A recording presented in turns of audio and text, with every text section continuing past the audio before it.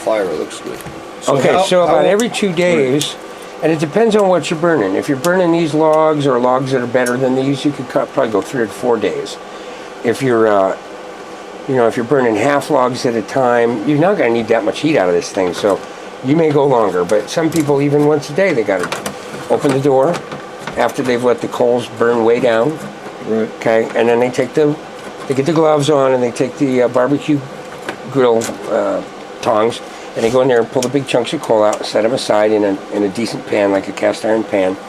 And then you can reach in with the pliers, the needle nose pliers, long handled, grab the ash grate, pluck it right out. I kind of smack it around inside the stove to let all the ash fall out of it. Right. And then I scoop all the ash down through the screen that's underneath the ash dump, make sure it's real clean. Ash dump goes back on top, and you make sure you twist it like I was showing earlier, make sure it's sitting flat. And here's what you want to know too. See, we got a pretty good fire going on, right? Right. If you don't get the ash dump properly in place, when you turn the air down, you're not going to notice what just happened. See how low I dropped those flames? Right. Okay, if you close this down and the flames are still boogieing, then that ash dump's not sitting in place right, and you're losing all your performance. It has to sit flat, flush. So I want to see now if...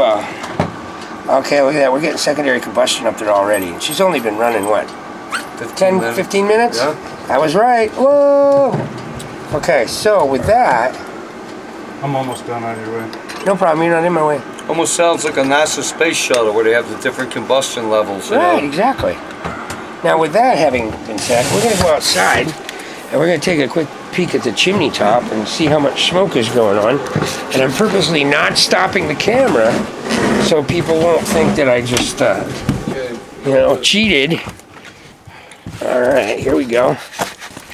Outside. Mobil Mic. RV service. Mike's Mobile RV Service. 406-261-7684, Montana. He's your man. Install it. Okay, so we go on up here. And there's that chimney cap.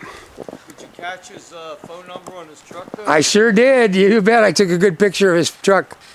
Okay, we've only been running a few minutes and we just went into our top mode and we got a little bit of smoke. What does that mean?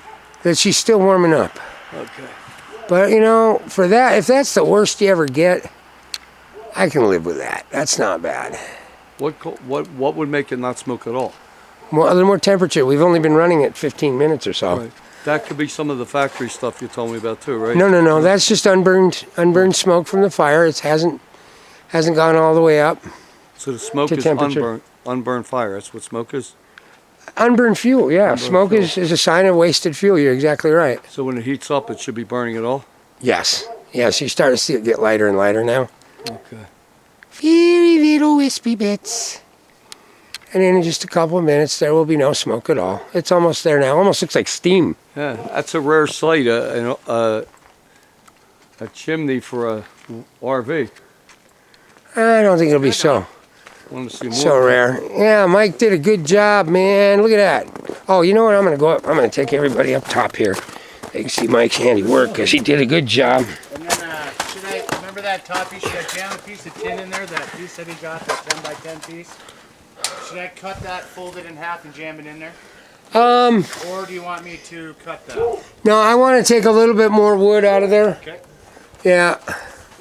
So he's got the storm collar there. You gonna leave that open like that? Yeah. We've got the flashing is all down nice and tight all the way around. He's got a screw every about 2 inches there. And you can see where he put the screws. What's the clearance from the pipe to the wood? Well, there's no jurisdictional clearances here at all. But what I want him to do is knock me out about 1.5 inches up there. Right. And that'll give us a couple. This pipe, I got my hand directly on it. I could probably keep an ice cube on this thing. But I just want to be a little bit more paranoid than we've been right there. Knock a little bit more wood out of there so they're not touching, and they got about 1.5 inches, 2 inch gap in there, and they'll be fine. And then there's our chimney cap up there again, and it looks like Hey, you see any smoke from down there, huh? No, it's pretty clean now. I'll be doggone. Look at that. Kimberly conquers Montana.